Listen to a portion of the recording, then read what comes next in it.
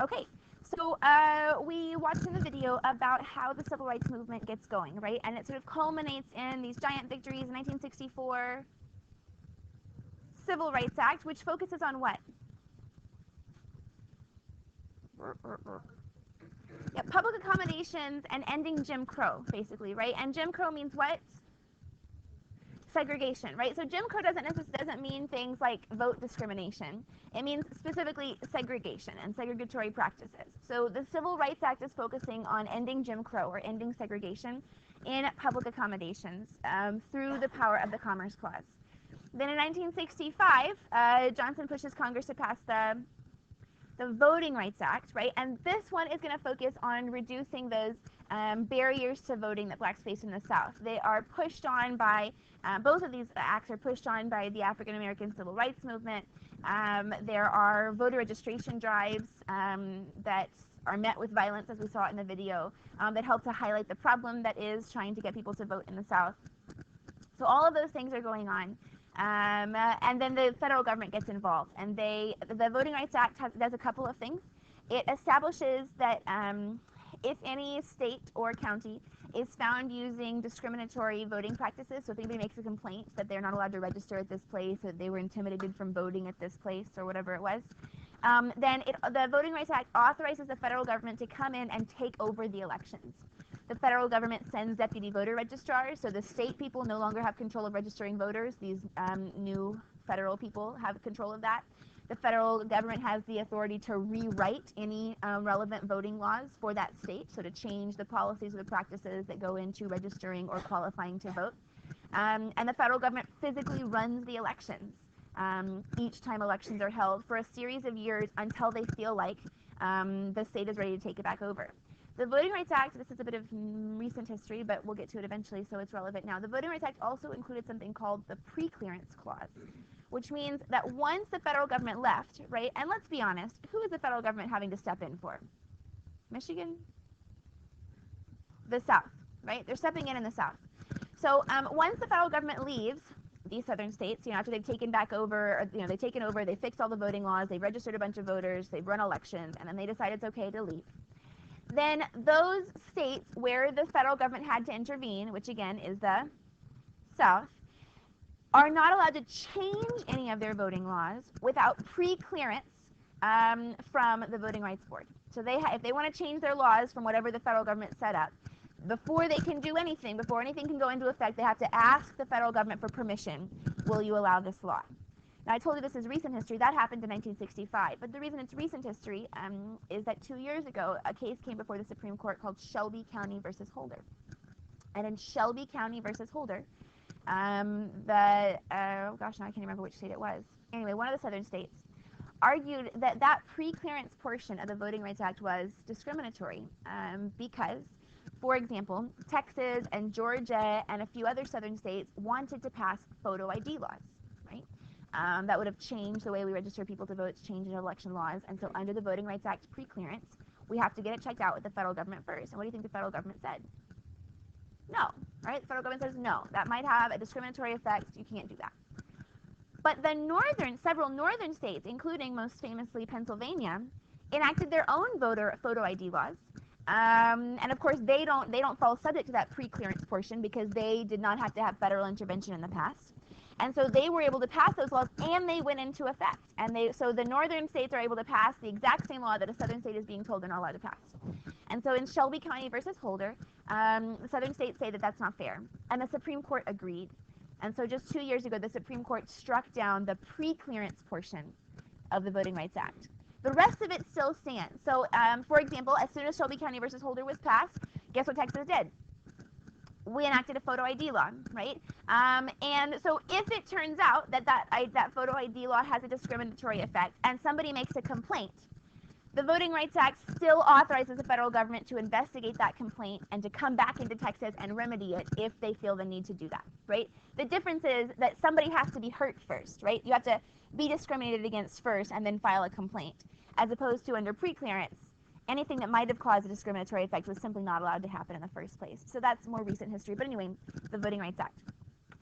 But we don't know, or should know, that that's not the end of the story, right? We don't like cheer on the Voting Rights Act of 1965 and go, woohoo, we're all done, civil rights for everyone. And in fact, the journey is much longer and extends far beyond the African American community. So between 1964 and especially after 1965, there are race riots in the North, which are really puzzling to a lot of American lawmakers, because there's this sense of, wait a minute, didn't we just pass two really good civil rights bills? I mean, maybe they're not perfect, but they are really darn good considering this is America. And it turns out that you can't just say people have civil rights and then expect everyone to be hunky-dory, because in fact, literally centuries of discrimination mean that just saying people are equal now doesn't make them equal. One of the most famous of those riots was the Watts Riot, which occurred in Los Angeles. And at the end of a few months of this sort of like on again, off again rioting, there are 141 people dead and 4,500 people who are injured just in the Watts Riot. And so this sort of juxtaposition of this so-called civil rights victory, Martin Luther King shaking hands with President Johnson, and these race riots really are puzzling for Americans. And so Johnson authorizes an investigation into these riots. It's called the Kerner Commission. And the Kerner Commission tries to figure out what's going on here. And their report, to their credit, says that white racism is to blame. The reason for these riots is because white people are racist. Gasp. Who would have thought? They argued that there's a quote, "We are moving towards two societies, one black, one white, separate and unequal." That despite the civil rights legislative advances, that in actuality there is this incredible discrimination that no matter what kind of equal opportunities you have, that's not reality. There was also the Kerner Commission report emphasizes the economic inequality, right? So maybe we have political and social equality, but economic inequality is so far off. Because of past discrimination, African American communities have much higher unemployment rates. They're much more likely to be poor, much more likely to experience to have members of their community incarcerated, and all of those things lead to a community that has low social capital and a real inability to solve those problems. The problem is that the Kerner Commission report concludes that the best thing for the federal government should be to aid the urban poor. They should send in aid and resources to these urban communities. It doesn't say even though they said that white racism was the problem, they didn't say anything about what the federal government should do to address the issue of white racism. And maybe it's because what do you do exactly to change people's minds? But on the other hand, was a real sticking point for these black communities. They're going, we don't want handouts. We want you to solve the reason why I can't get a job. So there's this real sort of frustration. And adding on top of that, in 1968, Martin Luther King is going to be assassinated. And he had really been this incredible figurehead. He was an incredible leader that had helped to steer the African American civil rights movement in this sort of peaceful, nonviolent resistance direction, civil disobedience, all of those things. But after his death, these voices that had been becoming louder and louder in the last years of his life are now going to really take over in many ways the movement. And these voices are those that are calling for more aggressive tactics, for an end to the idea of nonviolence. You might recognize Malcolm X, for example. He's sort of big in popular culture. He actually had been assassinated before Martin Luther King. But Malcolm X's ideology was very popular among urban blacks who really felt not necessarily politically disenfranchised, but socially disenfranchised. That, this notion that we should be peaceful, we should turn the other cheek. One of his famous speeches, he says something like, I don't see anybody asking the KKK to turn the other cheek. And so he argues that this is not necessarily a violent movement. We're not going to go out and beat people up. But if they come to us and beat us up, we're going to be ready to fight back. We're not going to sit down and take it. We're going to show that we have this, enough self-respect to defend ourselves. Interestingly, the divide between Martin Luther King and Malcolm X is very similar to a divide we've seen previously in history. Booker T. Washington and W.B. Du Bois, with a little bit of Marcus Garvey added into W.B. Du Bois, because Malcolm X, his original name is Malcolm Little. Marcus Little. Anyway, so he is going to change his name, even arguing that that his birth name is like the name of a white man, is a slaveholder's name. And so he wants to sort of remove himself from that and distance himself. So there's a bit of black nationalism in there. But right, this argument, do we go slow and steady? Do we do the path of least resistance? Do we like maintain the moral high ground, you know, and expect that over time whites are going to see the error of their ways and make progress? That was kind of Martin Luther King's idea, right? Now, many criticize Martin Luther King for going too fast. That was the letter from the Birmingham jail. You've read it, right, in English? So, letter from the Birmingham jail, his whole purpose of doing that is responding to those who are saying you're going too fast. So it's not like Martin Luther King is sitting around. But he argues that we shouldn't try to fight for things. We shouldn't try to be violent. We should use our soul force, he would say, to force the society to recognize that we have the right, or that we are in the right. But Malcolm X is going to take a bit more of a W.B. Du Bois sort of standpoint, right? Like, no, we want it all, we want it now, and we're not going to stand for anything less. It was Du Bois who said, right, that a man who won't demand all of his rights doesn't deserve any of them. Malcolm X would have agreed with that. But there might be some groups that you don't know as well. Stokely Carmichael is a really famous one, or a really important one. He becomes the leader of SNCC, and you remember SNCC stands for the Student Nonviolent Coordinating Committee. SNCC had helped to organize the Freedom Rides. They had helped to organize some of the sit-ins during the early part of the Civil Rights Movement. And initially, SNCC had been an integrated movement. There were white students and black students who were working together. And frankly, I mean, God bless America, but frankly, it was the presence of those white students that in many ways propelled the Civil Rights Movement, right?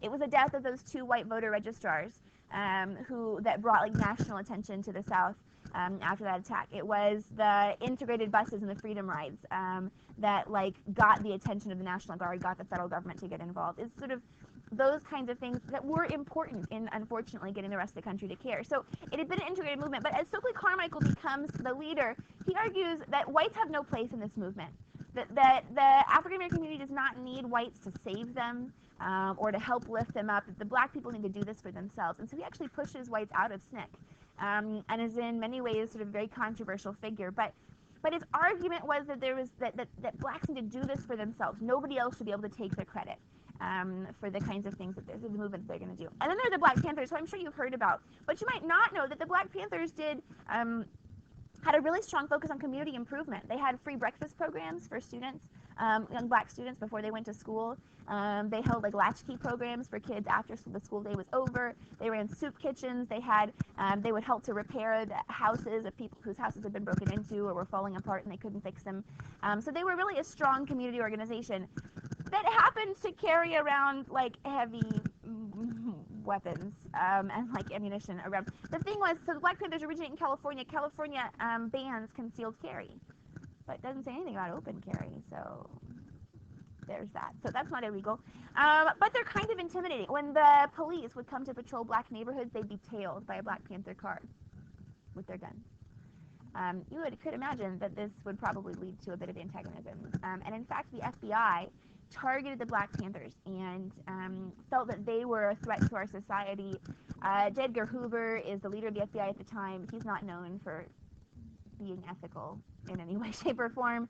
And so Hoover is going to focus on the Black Panthers. They're going to gather dirt. And in the end, many Black Panther leaders are executed, like in their beds, by probably FBI sent people. So there's a lot. So interestingly, it kind of goes back to that Booker T. Washington, who got some things accomplished, right? Got lots of funding for Tuskegee Institute and other vocational education, got to speak to the president, versus W.B. Du Bois, who didn't really get much accomplished at all in his lifetime. In a similar way, the Black Panthers and Stokely Carmichael and Malcolm X, we might argue, I mean, frankly, I sympathize with their idea, right? Why should they just have to sit and take it, Like, why can't they stand up for themselves? Clearly there's discrimination. Clearly the police are targeting them. Clearly whatever. But it doesn't work. And what do you think happens to the appetite of the majority of America for civil rights legislation, for civil rights improvement, as the movement turns to this, whatever, character? Do you think there's a lot of support anymore? No. So that, like, national momentum, support for civil rights that had been spurred on by those stirring images, of black people peacefully, you know, marching and being attacked by police dogs. That stuff that motivated, you know, everyday Americans back home. Now they see images of the Black Panthers, you know, with their whatever. They hear clips of Stokely Carmichael's speech calling for like black separatism, and that's not something they get on board with. And so we really see a slowing of the momentum for the Black Civil Rights Movement after this point.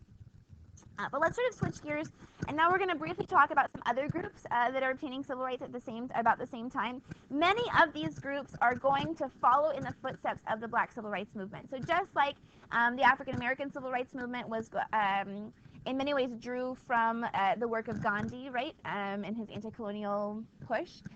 In the same way, in America, the African American Civil Rights Movement stands as a model. So, for example, Asian Americans are a group that historically have really had a hard time achieving civil rights victories because they're perceived as the so-called model minority.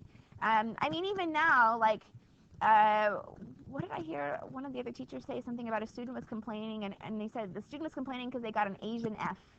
And that means do you know? I didn't know, I had to ask. A B. It means a B. Why does an Asian F mean a B? Well, it's a stereotype, right? That like Asian families or Asian students are going to like expect this higher grade and like wouldn't take anything else and whatever it was. And we have that notion, right? And in fact, some of reality bears that out in terms of like Asian Americans have a higher overall income than white Americans do. They get into college and have higher degrees at a higher rate than white Americans do. And they're the only minority group to achieve those kinds of statistics, right? All of the minority groups are lagging behind in one way or the other. So there's a sense that like we don't want to help Asian Americans because they're already doing better than us anyway. It's kind of this negativity. But it turns out that many Asian American communities have their own problems. So I'd suggest to you, well, so at the top here it says the Asian American Political Alliance is one of their organizations. They're going to focus on like trying to reduce racism. We talked about during World War II, right, how they had posters, this man is Japanese, this man is Chinese, and like look at their eye shape and look at their jawbones, and you can tell how they're different. Come on, for real, you know, like this kind of conversation. So trying to look at like sensitive recognition of like differences in the many racial and ethnic groups that exist throughout East and Southeast Asia, trying to improve Asian studies, opposition to the Vietnam War, which many feel is like an act of colonialism. But at the same time, we can also sort of outside of like the educational system, we can also see that in many ways Asian American communities are going to build themselves up, right? So stereotypically we know that like Asian entrepreneurs tend to run like nail salons and laundries and Chinese restaurants, right? That's kind of like the stereotype, and there's some truth to that, and the truth comes from discrimination. Because Asian Americans had been discriminated against and were not allowed to, for example, work, you know, would refuse to hire Asian Americans in, you know, other businesses. Asian American families would then choose to, they had credit cooperatives, so groups of Asian American families would pool their money. So each individually didn't have much, but they'd pool it all together and loan it to one person. And that one person would then use that money to start a business. And then as their business made profit, they'd pay the money back into the pool, and then they'd loan the money to another person. And so Asian families had really high rates of entrepreneurship. They own businesses at large levels, and it had to do with a reaction to discrimination. You might say, well, why didn't other ethnic groups do that? Why didn't other racial groups like find a way? If the Asian Americans could overcome, why couldn't the other groups? Part of this was that until more recently, most Asian American immigrants came to the United States with really high social capital. So they were doctors or lawyers or teachers or scientists or whatever in their home countries, and they were fleeing because of political persecution, or they came to the United States for like access to educational opportunities. And so even though many, like for example, doctors who came from China to the United States weren't allowed to practice medicine here, they didn't have an American medical license, they didn't come with enough money to go back to medical school for the second time. But the fact that they are professionals, that they've been through school, that gives them a lot of social, they understand how to, right, they can come up with credit cooperatives and figure out how to manage that. They understand, they can make successful businesses because they have the skills from their previous life in order to do that successfully. Whereas many other immigrant groups and minority groups in this country do not have that kind of social capital, so it hasn't been as successful. But anyway, it's interesting to think about those kinds of details.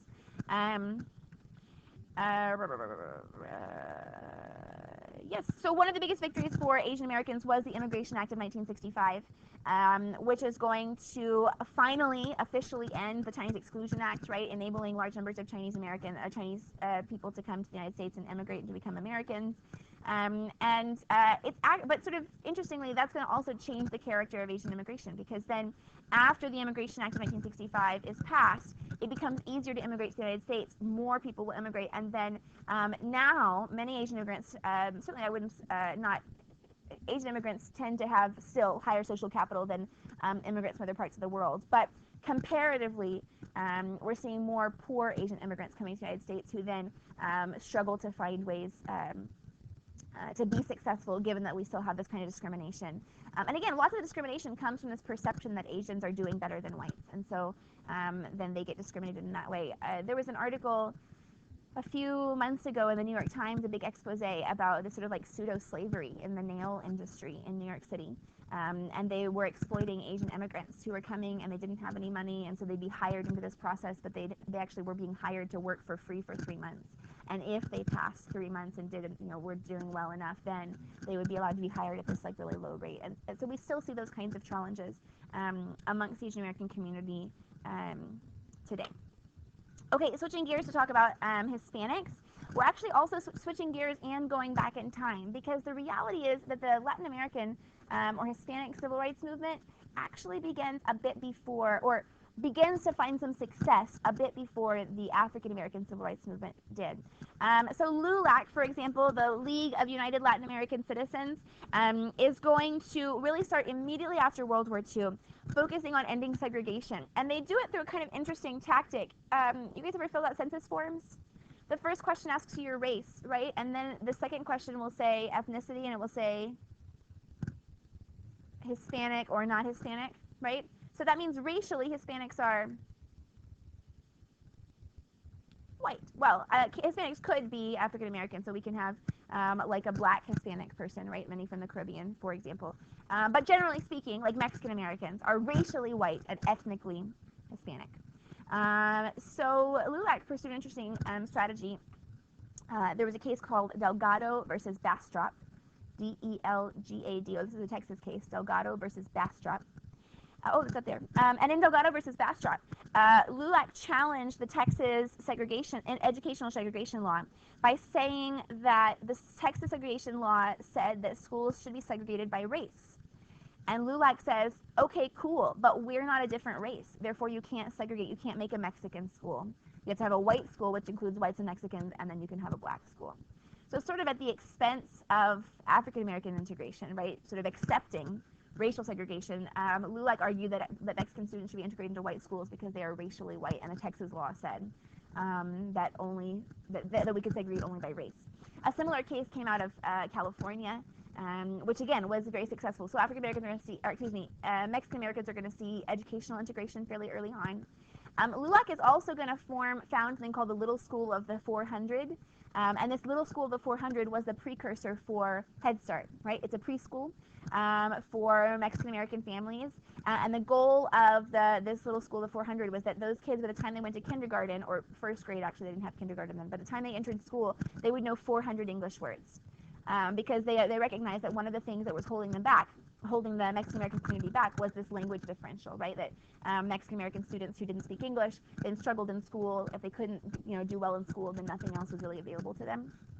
One more thing about LULAC, their official language was English, and they said the Pledge of Allegiance at the beginning of every single meeting. They had this really patriotic pledge they all took. They refused to speak Spanish in any of their meetings. So this is a very assimilationist group. The argument was, we're going to be so white, we're going to be so American, that they won't be able to deny us our civil rights anymore.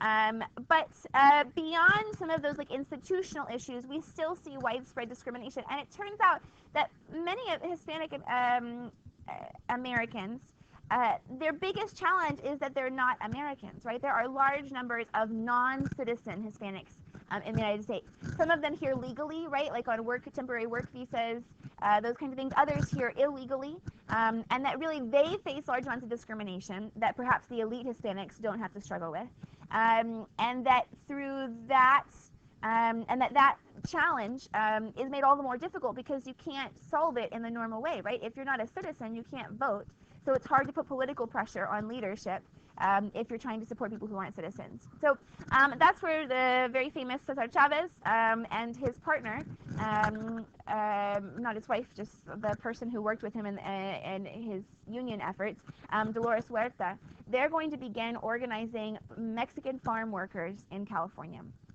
These are migrant workers, so not only are they not many of them not citizens, but that problem is compounded by the fact that they don't even have a permanent address, right? They move all over the place, so there's no one person who feels responsible, like one politician who feels responsible for them. So they're going to organize these Mexican farm workers into the UFW, and they're going to they're going to go on strike to begin with.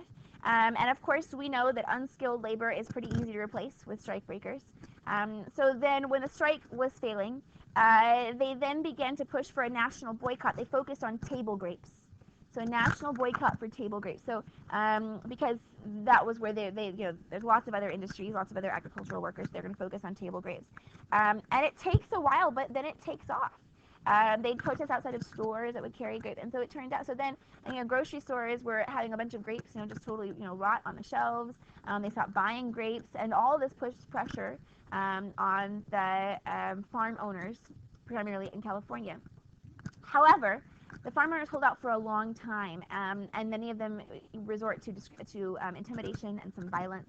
And at one point, some of the strikers begin to retaliate violently, right? So they, respond to beatings with beatings. They try to target the strike breakers for attacks. And Chavez is so distressed by this that he then begins a hunger strike.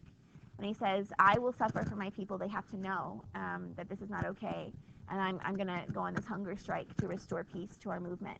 And he does. And I can't now remember, maybe I have a picture, I don't, how long the strike was. But at the end of this hunger strike, he's incredibly weak. He's being carried through, they celebrate a mass, so a Catholic mass, to mark the end of his hunger strike. And Robert Kennedy, the sitting Attorney General at the time, comes to the mass and sits next to Cesar Chavez. Sort of showing that there's now this national recognition of this movement. But still, there are really large challenges, right? I mean, so one victory over table grapes. So eventually then the farm owners are forced to negotiate with the UFW. They establish higher rates of pay. Some of the things the UFW was striking for were bathroom breaks. They weren't allowed to go to the bathroom, so women are having to go to the bathroom in the fields, where they're also exposed and sometimes are assaulted by the people who are watching them. They were often they'd be in the field and they'd come and they would do pesticides. They would just spray the pesticides on the fields while people were working. It was making them sick, causing high rates of cancer. So little things like that. Water. They wanted a water station in the field so that they could not be dehydrated during these long days of working. Slightly higher rates of pay. Those are the kinds of things that they were striking for. But we know that there are lots of struggles, and so reasonably quickly we're going to see the rise of a movement that is sort of analogous to the Black Panthers. These are the Brown Berets, and they're going to focus on Hispanic nationalism, Mexican nationalism. They're going to, in many ways, try to build up Mexican communities. They want to re-emphasize Spanish. As opposed to this assimilationist idea that had tried to hide, tried to eliminate Spanish from children in schools. There's this big mural painting movement. So across the Southwest, they go and paint these giant murals that feature Aztec imagery or general Mexican American traditional art. And again, trying to celebrate that they have a unique group as opposed to this focus on assimilation. The Raza Unida Party is going to be formed in the 70s. They are a militant political group. They're trying to, through pretty aggressive tactics, disrupt the major parties who don't articulate a desire to work on improving civil rights for Hispanics. So that sort of is going to continue to the present day. Shifting gears then to the Native American movement.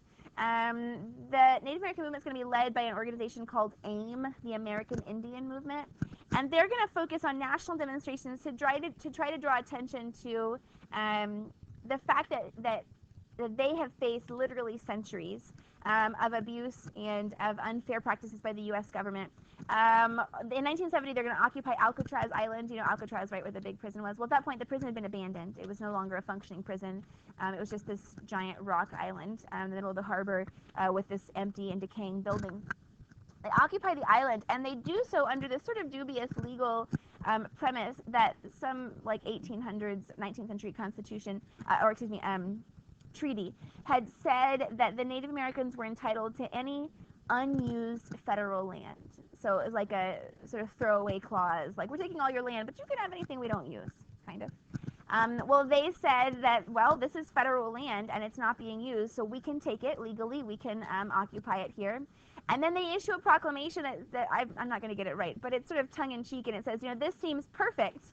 It's for a gift from the federal government to the Native American people, in that there are no natural resources, no running water, no food or health care supplies, and no means for, like, survival. So it sounds perfect. And they occupy the island for like 200 days or something. The U.S. government tries to pull them off. They put firefighting boats in the harbor to shoot, like, high-powered hoses at them on the islands. They try legal means to get them out. And it's pretty successful at raising awareness for AIM. A year later, they're then going to occupy Wounded Knee in South Dakota, so the site of the massacre at Wounded Knee. That one actually goes bad, and they end up having a violent conflict between police and Native Americans, and 2 or 3 Native Americans are killed there for fighting for that recognition. The success they get for all this raising awareness is pretty modest. I mean, what do? Sorry for that genocide. And, you know, the land that they were seeking, right, these treaties had much of which has already been taken and resold and bought again. And so what are you going to do? You know, kick other people off of that territory? But there are some modest victories to begin. Shock. The Bureau of Indian Affairs is created within the U.S. Department of the Interior, and they appoint a Native American person as the leader of the Bureau of Indian Affairs. Can you imagine? It sounds obvious, but it was really exciting because prior to that, any of the, like, federal authority over Native American lands or treaties with the existing Native American reservations had always been run by some white guy who had no idea what he was doing. And so now they're going to have someone who is sort of culturally competent there. And the Native Americans do find some success in individual legal battles on a state-by-state basis, trying to regain some of the land that had been taken from them by treaty, or be compensated. So the individual state governments having to pay them for land that was taken illegally in the past. So then let's switch gears and talk about the gay liberation movement. The sort of first step, or the like symbolic beginning of this movement, is going to be in 1969 at a place called Stonewall. It's an inn, but it's really more like a bar in New York City, and it was known to be a gay bar, and so the police often would raid Stonewall and any other gay bars. They'd go in and try to round people up and bring them in for questioning to ruin their reputation, basically, right? They'd sometimes charge them with something, but normally it was just to, like, parade them around in front of the press and in front of the police and say these people, you know, have been at a gay bar. But in 1969, the police come in, they have this raid. They lock all the doors and say nobody can leave. And as the police are there, there's just sort of this sense that, like, the community is just done. And so a whole bunch of people then begin gathering outside of the bar, outside of Stonewall Inn, and kind of, like, chanting, you know, and you know, throwing rocks and just telling the police, you've got to let them go. And this riot then transforms the gay movement in the United States from one of sort of, like, survival and hiding and sort of this quiet discrimination to a very public battle. So in the 1970s, the real focus is on awareness, right? So there are the first gay pride parades are going to be organized in New York City primarily, but also in Los Angeles, for example. There are some very minor legal victories. People who were being like hassled simply because they were gay, or they won defamation lawsuits. But the biggest victory in the 70s was that the American Psychological Association removes homosexuality from the list of mental illnesses in the Diagnostic something manual, the DSM. What does the S stand for? Well, anyway, they removed homosexuality from this list of mental disorders. Then in the 1980s, the focus of the gay rights movement really changes because of the arrival of the AIDS virus. AIDS initially in the United States is a disease that is focused almost exclusively on the male gay community. There are a few other victims here and there, but again, almost all of the victims are male and gay. This has a lot to do with sort of promiscuous sexual practices, which has a lot to do with discriminatory, like they can't exactly go and, like openly buy, like sexual protection because they're going to be discriminated against for that. But because it was focused on the sort of this gay community, there were many in the United States. This is the 80s, right? Ronald Reagan, conservatism, the rise of the moral majority, all this business. The political leadership sort of get this sense of, well, they must deserve it. God's punishing them for their sins. This isn't a problem for the whole country. We don't need to worry about this. It's not going to affect anybody. In 1984, maybe it was 85 though, a really high-profile case emerges that a young straight woman who was going out on a date ends up infected with HIV and gets AIDS.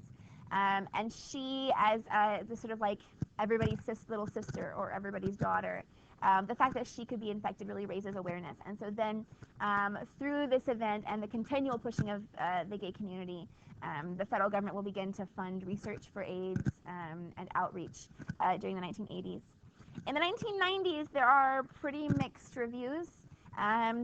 To begin, gays had been banned from serving in the military. They'd ask you as you tried to join, so do you have any homosexual thoughts? And if you said yes, they would ban you from joining the military, which, remember, for a lot of young poor Americans is one of the easiest shots or the surest shots to a middle-class life, right?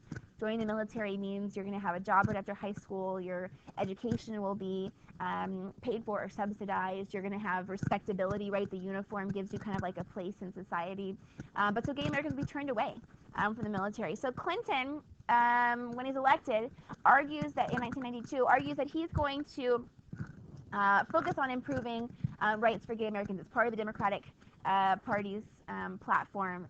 But the result of that effort is a policy that was known as "Don't Ask, Don't Tell," which is pretty awful.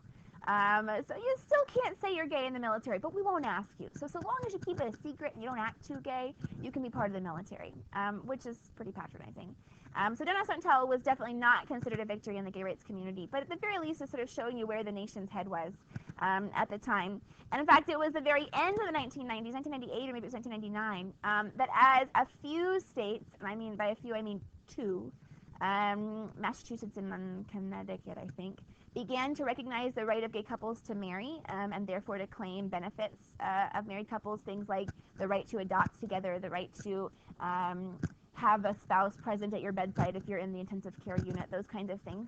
That in reaction, the U.S. Congress passed the Defense of Marriage Act, DOMA, which ruled that for the purpose of the federal government, marriage could be only defined as a unity between one man and one woman, and that any other unions that were legal in any states would not be recognized at the federal level. So maybe you can be married in Massachusetts, but you can't file as married on your federal taxes. The U.S. federal government will not accept that, which is definitely a defeat for the gay rights community.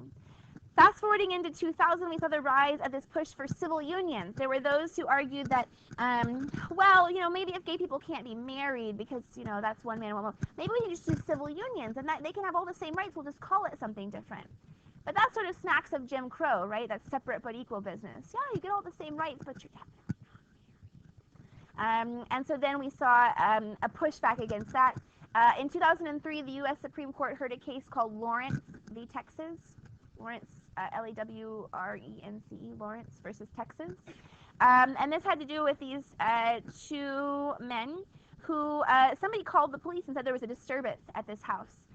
The police show up, they don't hear any noise or see any disturbance, but they kick down the door anyway.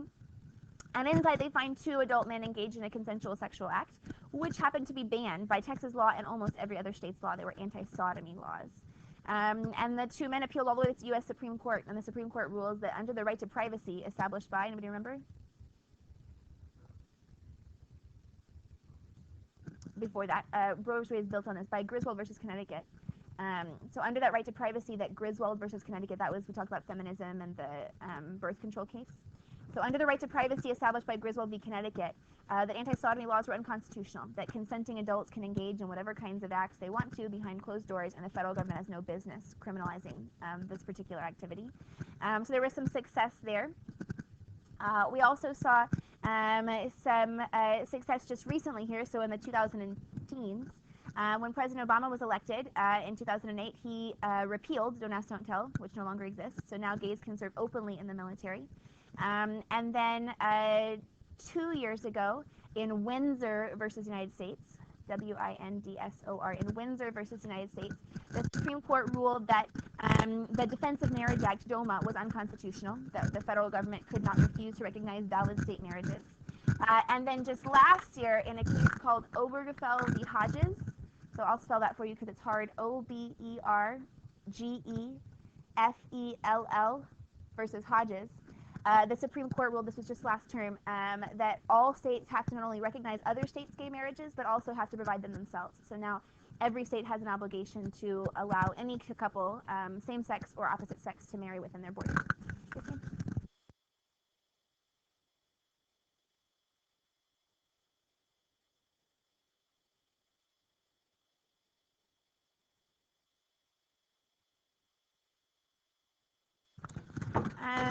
Okay, so gay rights. There we go. Other things happened in the 2000s. Popular culture began to improve. Things like, I don't know if you remember the show like Will and Grace. So like gay characters began to be shown on television as like normal and somebody you could be a friend with. In the 1970s or 80s, I can't now remember, but Harvey Milk became like a kind of like a county commissioner in California, and eventually works up into the mayor's office. And he is an openly gay serving political leader. And his big message to all gay people is they should come out, that one of the most important things for the gay rights movement is for gay individuals to publicly share the information, because Milk's argument was, look, your friends know you and they love you, and they don't know they should be fighting for gay rights because they don't know that you're gay. But once society recognizes that they already know gay people and the gay people are just like them, and then they're part of their friends, that will improve and facilitate the gay rights movement. Okay, then there was a disabled rights movement, which focused on trying to end school segregation and discrimination. Oftentimes, like, even somebody who was just disabled, like they couldn't walk, they were in a wheelchair, they'd be forced to go to some separate school that was like really designed for people who have severe cognitive impairment, you know, like where there's just nurses and there's no real education, because there was no way for them to physically get around the school. They wanted access and accommodations so they can get to public buildings. The unemployment rate among disabled Americans was and is very high because of the lack of ability to get to the places that they want to go. Buses, you know, a person who didn't have a car was unable, and they were in a wheelchair, weren't able to get to work or get anywhere they wanted because they couldn't get on the bus. And so they're going to focus on really public protests. One of the most famous ones, they'd people in wheelchairs would surround buses at bus stops. And what's the bus going to do? Run over a person in a wheelchair? So they'd be kind of stuck there, so it sort of makes this big scene. At one point, some disabled Americans, they come to the Congress to deliver a petition, the U.S. Congress, to deliver a petition. They want more rights. But they get to the bottom of the Capitol steps. There are no ramps at that time, and so they physically drag themselves up the steps. It's this big publicity moment. Like, there's no way for them to put their petitions before Congress other than physically, like, dragging themselves up these steps. And they'll receive some success, the biggest of which was the passage of the Americans with Disabilities Act in 1990. This was signed by George H.W. Bush, and is going to require equal opportunity access for people in wheelchairs and the blind. So all public places have to have doorways that are wide enough for wheelchairs, ramps to get into all public accommodations. This was a really controversial law because it was expensive, and the federal government did not give the state governments money to enact this. But every state courthouse, every county, tax office, every single public building had to be retrofitted to allow for disabled access, and many a times it was very expensive to do that. The same thing went for public transportation. All cities had to have public buses that would enable access. I think I might be done, but there might be one more. So women, we've already talked about women mostly. I want to remind you about the Equal Pay Act. It was a success. The Equal Pay Act was a success. But the Equal Rights Amendment which was proposed in 1972, and looked like it had a lot of really positive success. It passes the U.S. House of Representatives and the Senate very easily. But when the Equal Rights Amendment is sent to the states, it gets like 32 of the required 37 states ratified it within like a year and a half, and then not a single more for the next 6 years. And the deadline is extended, and then the Equal Rights Amendment fails. And to this day, we do not have an amendment to our Constitution that provides for equal rights for women. So technically, although the U.S. Supreme Court has interpreted the 14th Amendment to ban gender discrimination, technically there's nothing in the Constitution that says you can't discriminate on the basis of gender. So, okay, I'm done, kind of. That's just an activity. All right.